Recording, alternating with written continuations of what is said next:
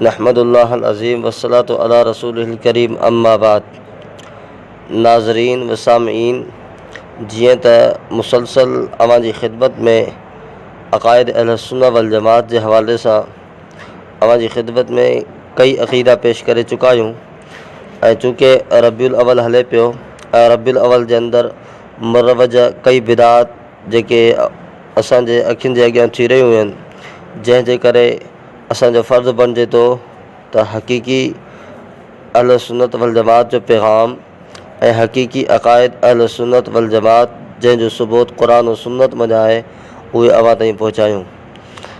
बस हले पियो त रसूलुल्लाह सल्लल्लाहु अलैहि वसल्लम जी विलादत कॾहिं थी आहे, जॾहिं त फ़रीक़ मुख़ालिफ़ बरेलवी हज़रात रसूलुल्लाह सल्लल्लाहु अलैहि वसल्लम जी 12 रबीउल अवल जेको वफ़ात जो ॾियारो आहे, विलादत जो ॾियारो न आहे, उन ते जशन मल्हाईंदा आहिनि ऐं चवंदा आहिनि त 12 रबीउल अवल विलादत जी तारीख़ आहे ऐं हमेशह इहा ई दावा कंदा आहिनि त असां पीरान पीर हज़रत शेख अलक़ादर जैलानी अलह रहमत जा मुरीद आहियूं ऐं हज़रत शाह अलक़ादर जैलानी रहमहुल्लाह जे अक़वाल ऐं अफ़आल ते हलण वारा आहियूं।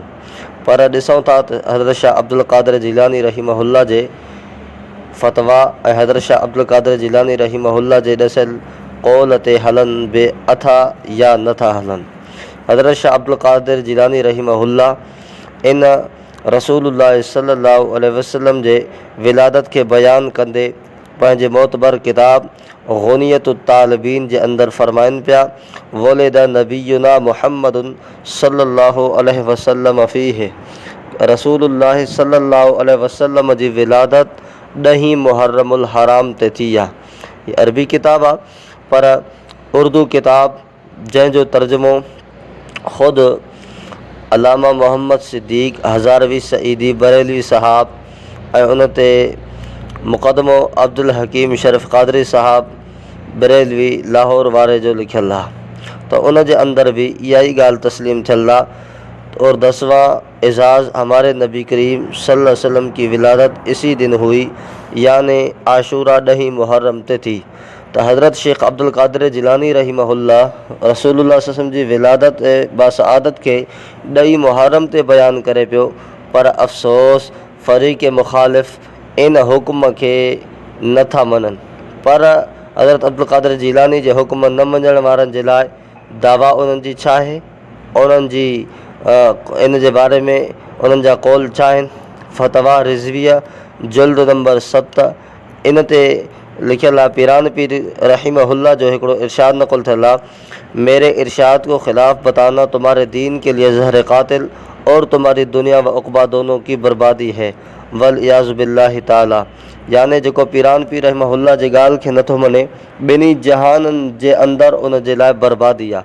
हाणे इन मुरवज जशन ईद मिलाद विलादत मुस्तफ़ा सल्लल्लाहु अलैहि वसल्लम जे मसइले जे अंदरि बरेलवियुनि हज़रात हज़रत शेख अलक़ादर जैलानी रहमहुल्लाह जी मुखालफ़त कई आहे। फ़तवा रिज़विया जे फ़तवा जनाब अहमद रज़ा ख़ान फ़ाज़िल बरेली जी फ़तवा मुताबिक़ दुनिया ऐं आख़िरत ॿिन्हिनि जी बर्बादी ॿिन्हिनि जे लाइ साबित थी।